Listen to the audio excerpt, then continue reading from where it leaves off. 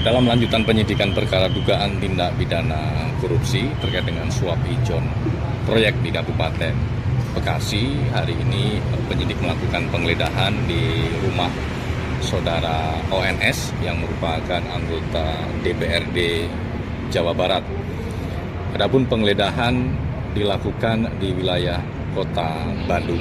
Tentu dalam penggeledahan ini penyidik ingin mendapatkan bukti-bukti tambahan untuk memperkuat dalam proses penyidikan perkara ini. CCTV keluarga di rumah, di dalam rumah ketika pada saat penggeledahan, itu dimatikan. Nah, ini membuat kami bertanya-tanya, mengapa harus dimatikan CCTV itu, apa dasar hukumnya? Pertama. Kedua, penyidik membawa surat izin, di dalam konsiderannya, termasuk dalam pembacaannya, penyidik KPK tidak menyertakan surat izin dari pengadilan setempat, dalam hal ini PN Bandung. Nah, ini yang dalam KUHP baru saya kira itu sudah jelas tertera di pasal 114 ayat 1 itu harus menyertakan izin dari pengadilan negeri setempat.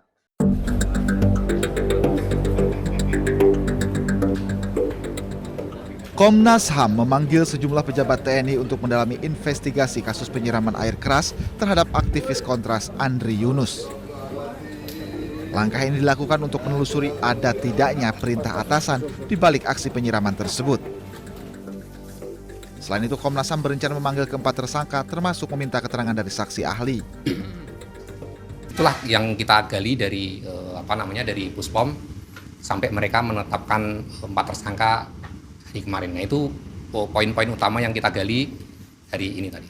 Komnas HAM mengajukan pertanyaan-pertanyaan terkait dengan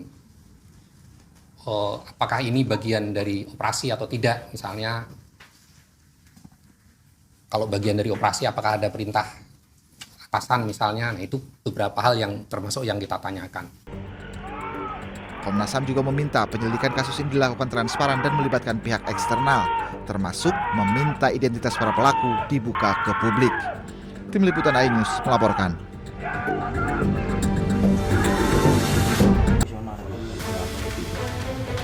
Kejar. Ayo kamu. Inilah detik-detik penggerbekan warga terhadap pria berinisial RZ, 34 tahun, seorang oknum perangkat desa Kalitawir, Tanggulangin, Sidoarjo, saat mendatangi rumah seorang wanita bersuami tengah malam.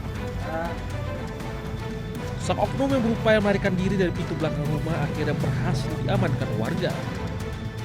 Pelaku diketahui menggunakan kesempatan malam hari saat suami sang wanita pergi kerja. Warga yang tidak terima akhirnya membawa oknum perangkat desa itu ke balai desa setempat untuk dimintai pertanggungjawaban.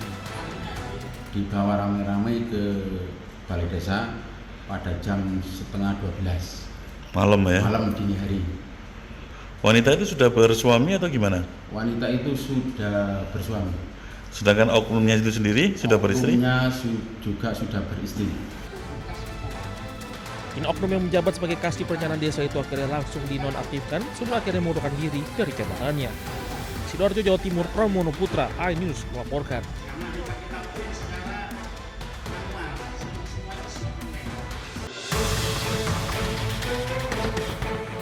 Perajin tahu di Kelurahan Selerok, Kecamatan Tegal Timur, Kota Tegal harus putar otak menyiasati kenaikan harga bahan baku kedelai impor belakangan ini. Sejak perang Amerika dan Iran merebak, harga kedelai impor naik jadi 10.100 dari biasanya 8.500 per kilogram. Tapi menaikkan harga jual tahu bukan pilihan di tengah lesunya daya beli. Perajin pun memilih memperkecil ukuran tahu agar bisa tetap dapat untung. Kedelainya impor dari Amerika. Tapi rencana naik banyak terpaksa ya Pak, kalau naik gitu. Kayaknya kayak gitu, agak naik kayaknya. Putar otak agar tidak merugi juga dilakukan perajin tempe di Kampung Tempe Bagusari, Kelurahan Jogotrunan, Lumajang, Jawa Timur. Sejak sebulan terakhir, harga kedelai melonjak jadi 10.500 dari sebelumnya 9.000 per kilogram. Agar tidak merugi, perajin mengakali proses produksi dengan cara menggiling kering kedelai agar tidak menyusut saat perendaman dan peragian. Ya, kalau pendapatan memang berkurang karena dengan tambahan naiknya harga itu. Jadi misalkan Sekarang naik 1.000 berarti penghasilan saya 200 itu nggak ada sudah buat untuk kenaikan kedelai itu. Perajin tahu tempe was-was harga kedelai impor terus naik karena perang Amerika-Iran belum juga ada tanda-tanda berakhir. Tim Liputan iNews melaporkan.